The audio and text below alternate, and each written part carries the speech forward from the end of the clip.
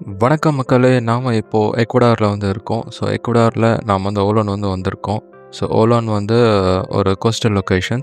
மோந்தானித்தான்னு ஒரு ஃபேமஸான பிளேஸ் இருக்கு. சர்ஃபிங்காக வரவங்க இங்க நெறைய பேர் இருப்பாங்க. சர்ஃபிங், பேக் பேக்கர்ஸ் இந்த சைட் நெறைய பேர் ரவுண்ட் அடிச்சுட்டே இருப்பாங்க. லாட்டின் அமெரிக்கா ஃபுல்லாமே அவங்களுக்கு விசா தேவை கிடையாது. ஜஸ்ட் உங்களோட லோக்கல் ஐடி கார்டு யூஸ் பண்ணி ட்ராவல் பண்ணிப்பாங்க.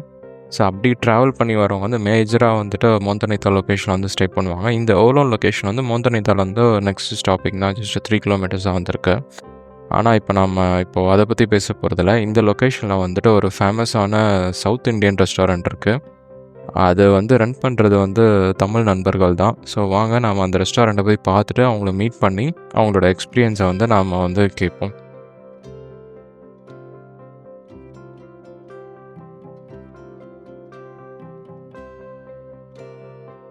ஸோ இந்த ரெஸ்டாரண்ட் ஒரு பெர்ஃபெக்ட்டான லொக்கேஷனில் இருக்குங்க. அதாவது ஃப்ரண்ட் சைடே பீச் ஃப்ரண்ட்டே இருக்கு.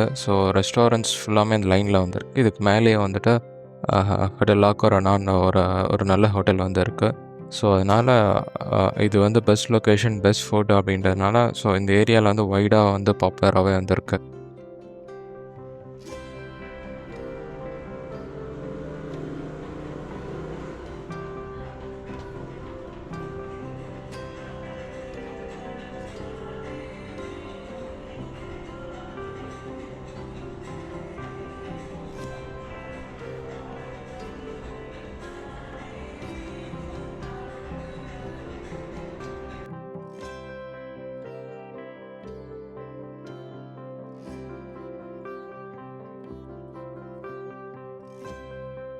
சரி, வாங்க நம்ம அவங்ககிட்ட பேசுவோம். வணக்கம். எப்படி இருக்கீங்க? நல்லா இருக்கிறோம். நீங்க எல்லாரும் எப்படி இருக்கிறீங்க? நான் நல்லா இருக்கேன். சரி, உங்கள பத்தி கொஞ்சம் சொல்லுங்க. நீங்க எப்போ இங்க வந்தீங்க? ரெஸ்டாரண்ட் எப்போ ஆரம்பிச்சீங்க? எதனால ஆரம்பிச்சீங்க? உங்கள பத்தின ஒரு சின்ன இன்ட்ரோடக்ஷன் குடுங்களேன். நாங்க ஈக்குவடார் ஒரு எப்படியா இருந்தாலும் ஒரு 8 வருஷம் இருக்கும். இதுக்கு முன்னாடி கோயங்கான ஒரு ஏரியால வேலை பார்த்துட்டு இருந்தோம். திருப்பி நாங்க இங்க ரெஸ்டாரண்ட் ஓப்பன் பண்ணோம். இந்த ரெஸ்டாரண்ட் ஓப்பன் பண்ணி கிட்டத்தட்ட ஒரு 5லேருந்து ஒரு 6 வருஷம் இருக்கும். அது பாட்டுக்கு நல்லபடியா போயிட்டு இருக்கிறாப்புல. எல்லாமே ஓகே தான். சரி, எப்படி ஏன் ஈக்குவடார் சூஸ் பண்ணீங்க?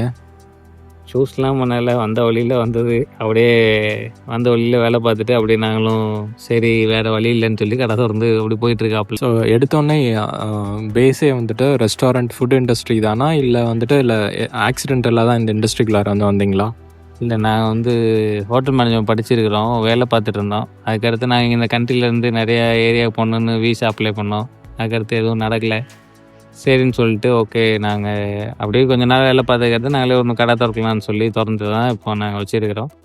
நல்லா போகுது, ஒன்றும் பிரச்சனை இல்லை. ஆனால் இதை விட்டு கொஞ்சம் வெளியே போனீங்கன்னா கொஞ்சம் சேஃப்டி இல்லை. அதனால் இந்த ஏரியா பிரச்சனை இல்லை. ஆனால் இதை விட்டு கொஞ்சம் வெளியே போகும்போது கொஞ்சம் பார்த்து தான் போகணும். ஆமா. இந்த கண்ட்ரி அதாவது இப்போ நாம 2025ல வந்திருக்கோம். இப்போ இங்க கொஞ்சம் சேஃப் இல்ல தான். நியர்பை கண்ட்ரீஸ் பெரு, கொலம்பியா, வெனிசுவேலா, அர்ஜென்டினா இங்கெல்லாம் எப்படி இருக்கு? அங்கேயும் இந்தியன்ஸ் இருக்காங்களா? அங்கேயும் இந்தியன் ரெஸ்டாரண்ட் எல்லாம் இருக்கா? எல்லா பக்கமும் இருக்கிறாங்க. ஆனால் லாட்டின் அமெரிக்காவை கொஞ்சம் சேஃப் கிடையாது. இப்போ ஈக்குவடார் கொஞ்சம் மோசம்தான். ஈக்குவடார் விசா ப்ராசஸ் பற்றி கொஞ்சம் சொல்லுங்களேன். இப்போ கரண்ட்டாக என்ன ஸ்டேட்டஸில் இருக்குன்னு சொல்லிட்டு.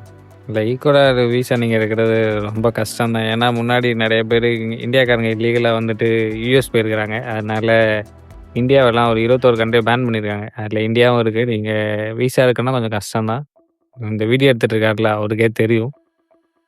ஆனால் கஷ்டம் தான். நீங்கள் பாருங்கள், எதாக இருந்தாலும் ரொம்ப கஷ்டம். அதனால் இங்கே வேலை கிடைக்கிறது அதுக்கு மேலே ரொம்ப கஷ்டம். இங்கேருந்து இல்லீகலாக போகும்போது ஈஸியாக இருக்கிற மாதிரி தெரியும். ஆனால் ஒரு ஏரியாவுக்கு மாஃபியா இருப்பாங்க. அவங்களுக்குள்ள ட்ரெஸ்லேருந்து எல்லாத்தையும் எடுத்துகிட்டு தான் என்ன இருக்குன்னு பார்த்துட்டு தான் விடுவாங்க. அதனால் ஒரு வேளை உங்களுக்கு போகணுன்னு ஒரு எண்ணம் இருந்துச்சுன்னா ரொம்ப பி கேர்ஃபுல். ஏன்னா எனக்கு தெரிஞ்ச நிறைய பேர் போனவங்க ஒரு சிலர் ஒரு 100 பேர் போனதில் ஒரு 4 பேர் நல்லா இருப்பாங்க. மிச்சம் 96 பேர் ரொம்ப மோசமான நிலைமையில் இருப்பாங்க. இல்லை ஊருக்கு போயிருப்பாங்க. திருப்பி இந்த ஏரியா பக்கமே வர முடியாது. அவங்க பாஸ்போர்ட் எல்லாத்தையுமே பேன் பண்ணிடுவாங்க. சரி, ஓகே. இப்போது அதாவது இந்த ஈக்குவடார், கோஸ்டாரிக்கா நான் பார்த்துருக்கேன். இது ஆனால் இங்கே ஜாப் ஆஃபரோட இப்போ டிசிஎஸ்லாம் ஒர்க் பண்ணிகிட்ருக்காங்க. அவங்களுக்கு இங்கே இருக்கிற சேலரி ஏன்னா இங்கே எக்ஸ்பென்சஸ் கம்மியாக தான் இருக்கும். பட் ஆனால் அவங்க நல்லா தான் வந்திருக்காங்க. நீங்கள் பிஸ்னஸ் இண்டஸ்ட்ரியில் வந்திருக்கீங்க. இப்போ ஜாப் ஆஃபரும் இல்லை, பிஸ்னஸ் ஒரு ஐடியாவும் கிடையாது, அதுக்கான இன்வெஸ்ட்மெண்ட்டும் அவங்கக்கிட்ட கிடையாது. ஸோ ஒரு குறிட்டாம் போக்கில் நம்ம வீசா எடுத்துகிட்டு அங்கே போய் ஏதாவது ஒன்று செஞ்சு பொழைச்சிக்கலாம், இங்கே வந்து வேலை தேடி ஜாயின் பண்ணிக்கலாம் அப்படின்னு நினச்சிட்டு வந்து இங்கே வந்தால் ஏதாவது பண்ண முடியுமா?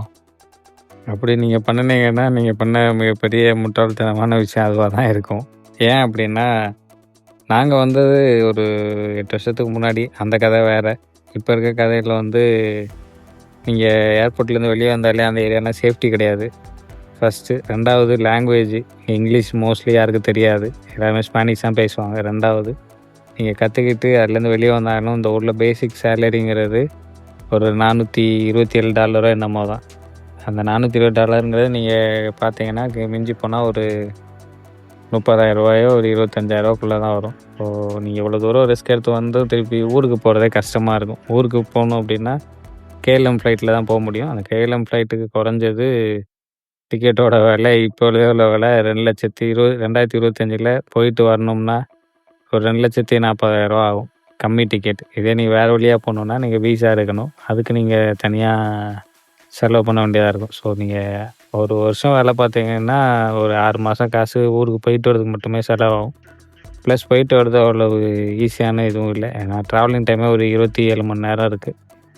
ஸோ பார்த்து பண்ணுங்கள். நான் சொல்ல முடியாதுங்க வராதீங்க அப்படின்னு. உங்களோட விருப்பம். பாருங்கள், எதாக இருந்தாலும் உங்களுக்கு என்ன தோணுதோ அப்படி பண்ணுங்கள். சரி, ஓகே.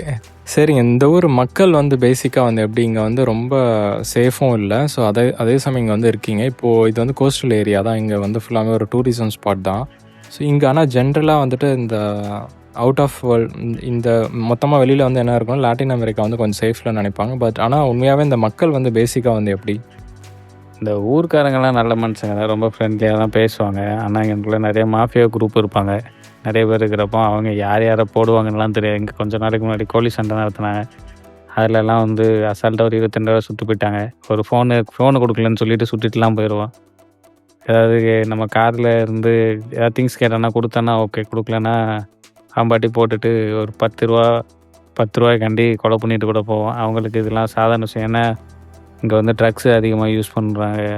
லாட்டின் அமெரிக்கா ட்ரக்ஸு நிறையா வேறு யூரோப்பு போகிறதுனால இங்கே எல்லாம் சாதாரணமாகவே இருக்கும். ஓகேங்க. சரி, உங்களுடைய ஃப்யூச்சர் பிளான்ஸ் வந்து என்னது? அப்படிலாம் ஒன்றும் இல்லை. போயிட்டுருக்குது. போகிற வரைக்கும் போயிட்டு ஊரை பார்க்க போய் செட்டில் ஆகிட வேண்டியதான். கொஞ்சம் நாள் வரைக்கும் வேறு இங்கே வந்துட்டோம். ஒரு லைஃப் போயிட்டுருக்குது. இதுக்கு அடுத்து முடிஞ்சிச்சு அப்படின்னா சம்பாதிச்சுட்டு ஊரை பக்கம் போகணும். ஆனால் அதுக்கு தான் முடியலை. அப்படியே ஓடிட்டுருக்குது.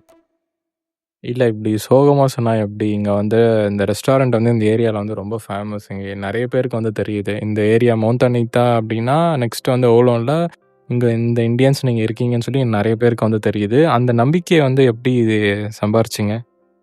அப்படி இல்லை, நாங்கள் சிங்கப்பூரில் வேலை பார்க்குறப்போ ஒரு 14 மணி நேரம்லாம் வேலை பார்த்தோம். அதனால் இந்த வேலை ரொம்ப பெரிய வேலையாக தெரியலை. ஆனாலும் இப்போ இந்த வேலையை ஓகே தான் எங்களுக்கு. அது ஒன்றும் பிரச்சனை இல்லை. கடவுள் கொடுத்ததில் என்ன இன்னொருத்தரோட ட்ரீம். இப்போ எங்களுக்கு அது வந்து வேலை மாதிரி இருக்குது. ஸோ அதுக்கு மேலே இதை பற்றி நான் என்ன சொல்லுன்னு தெரில. என்ன சொல்கிறது, கடவுள் கொடுத்த வழியில் போயிட்டுருக்கோம். அடுத்து நடக்கிறது நடக்குங்கிறதுல போகுது. என்ன நடக்கும்னு தெரியல.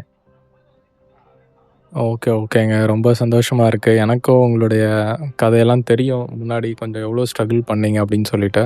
ஸோ இப்போ பார்க்கும்போது கொஞ்சம் சந்தோஷமாக வந்துருக்கு. ஸோ நீங்கள் எந்த ஊருன்னு கொஞ்சம் சொல்லவே இல்லையே?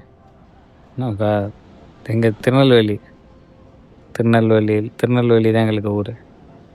பாருங்கள், திருநெல்வேலியிலேருந்து இங்கே வந்து இங்கே ஒரு தமிழன் இருக்கார். ஸோ கண்டிப்பாக யாராச்சும் ஈக்குவடார் சைட் டூரிசம் வரீங்கன்னா கண்டிப்பாக மோந்தனித்தா வருவீங்க. மோந்தனித்தா வந்து அது மோந்தனித்தாலேருந்து இந்த ஒரு 3.5 கிலோமீட்டர் தான். நெக்ஸ்ட் ஸ்டாப்பிங் தான். ஸோ இங்கே கண்டிப்பாக வந்து விசிட் பண்ணுங்கள். இந்த பிளேஸ் வந்து பக்கா சேஃபாக தான் இருக்குது. இன்னும் இந்த ரெஸ்டாரண்ட்டில் இன்னும் 2 பேர் இருக்காங்க. நாம் அவங்கள இன்டர்வியூ பண்ணுவோம். ஸோ அதில் ஒருத்தர் வந்து தமிழ்நாடு தான், இன்னொருத்தர் வந்து கேரளா. ஸோ 2 பேருமே நாம் இன்டர்வியூ பண்ணலாம். Okay, thank you.